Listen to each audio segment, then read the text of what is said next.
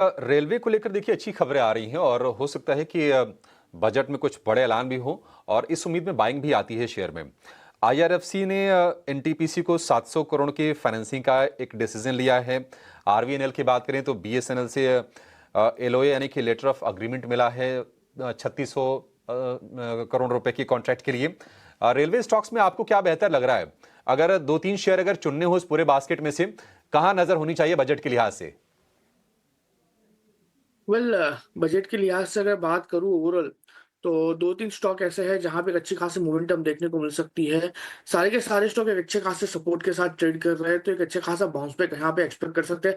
सबसे पहला जो स्टॉक है यहाँ पे इरकॉन का है, 190 के अराउंड का क्लोजिंग है।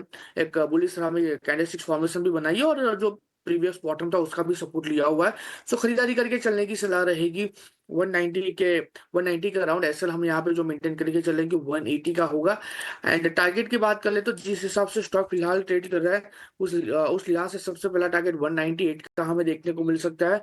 190 जैसे ही ब्रेक करेगा ये ऊपरी लेवल पे आपको 210 तक के लेवल भी दिखा सकता है। दूसरा जो स्टॉक है वो आईआरएफसी है। आईआरएफसी में भी सेम फॉर्मेशन अभी फिलहाल देखने को मिला है। प्रीवियस जो बॉटम था उसका सपोर्ट ले लिया है एंड स्टॉक फिलहाल 137.55 के अराउंड है। यहाँ पे भी खरीदारी करके चलने की सलाह रहेगी।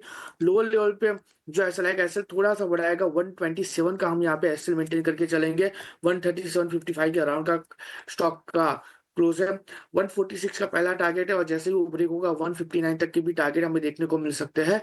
एंड लास्ट में जो स्टॉक में एक अच्छी खासी रिदम हमें पिछले कुछ दिनों में देखने को मिली है, रेलटेल। सेम फॉर्मेशन है, सेम लेवल से बाउंस बैक हुआ है। एक रेप्लिकेट मोमेंटम यहाँ पे भी देख सकते हैं, खरीदारी करके चलने की सलाह रहेगी। लोअर लेवल पे 353 का हम यहाँ पे एसएल मेंटेन करके चलेंगे। इसके अलावा दूसरा कोई एसएल मैच नहीं हो रहा है, लेकिन टारगेट भी अच्छे खासे देखने को मिल सकते हैं। टारगेट की बात करें तो सबसे पहला टारगेट जो है वो 395 का है और 395 जैसे ही क्रॉस करेगा ये वन वे ऊपरी लेवल पे 425 तक की भी लेवल हमें दिखा सकता है।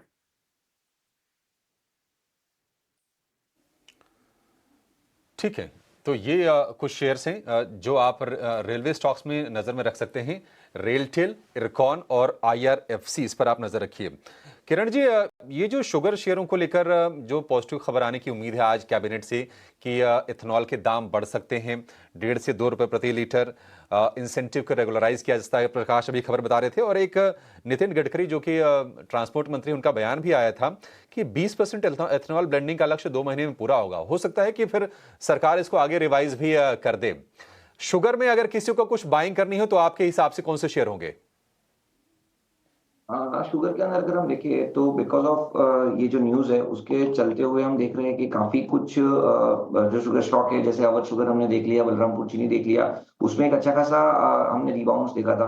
तो बलरामपुर चीनी के ऊपर आप ध्यान रख सकते हो एज ऑफ नाउ, जिस तरह से ओवरऑल चार्ट पैटर्न उनका हमें देखने को मिल रहा है। कहीं ना कहीं जिस तरह से 2 दिन पहले बुलिश एंगलफिन कैंडलस्टिक पैटर्न बनी थी, नो डाउट 200 दिन की मूविंग एवरेज का क्लस्टर रेजिस्टेंस है।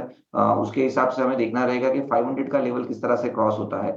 जैसे ही 500 का लेवल क्रॉस होता है उसके बाद यहाँ पे एक शार्प रिकवरी या तो शॉर्ट कवरिंग हम एक्सपेक्ट कर सकते हैं, जहाँ पे आप 550 540 तक के लेवल देख सकते हो। तो कंडीशनल बाय रहेगा बलरामपुर चीनी, 500 के ऊपर हमें लॉन्ग करना चाहिए। एक पोजिशनल स्टॉप लॉस जो अगर 500 के ऊपर टिकता है तो 480 का रखना चाहिए और 500 के ऊपर डेफिनेटली हम 550 तक के लेवल एक्सपेक्ट कर सकते हैं।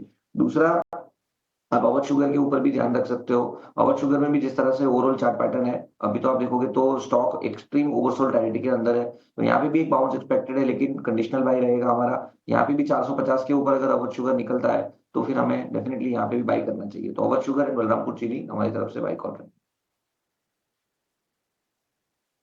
अवध शुगर और बलरामपुर चीनी, इनके चार्ट अच्छे लग रहे हैं। इन दोनों शेयरों पर आप नजर बना के रखिए।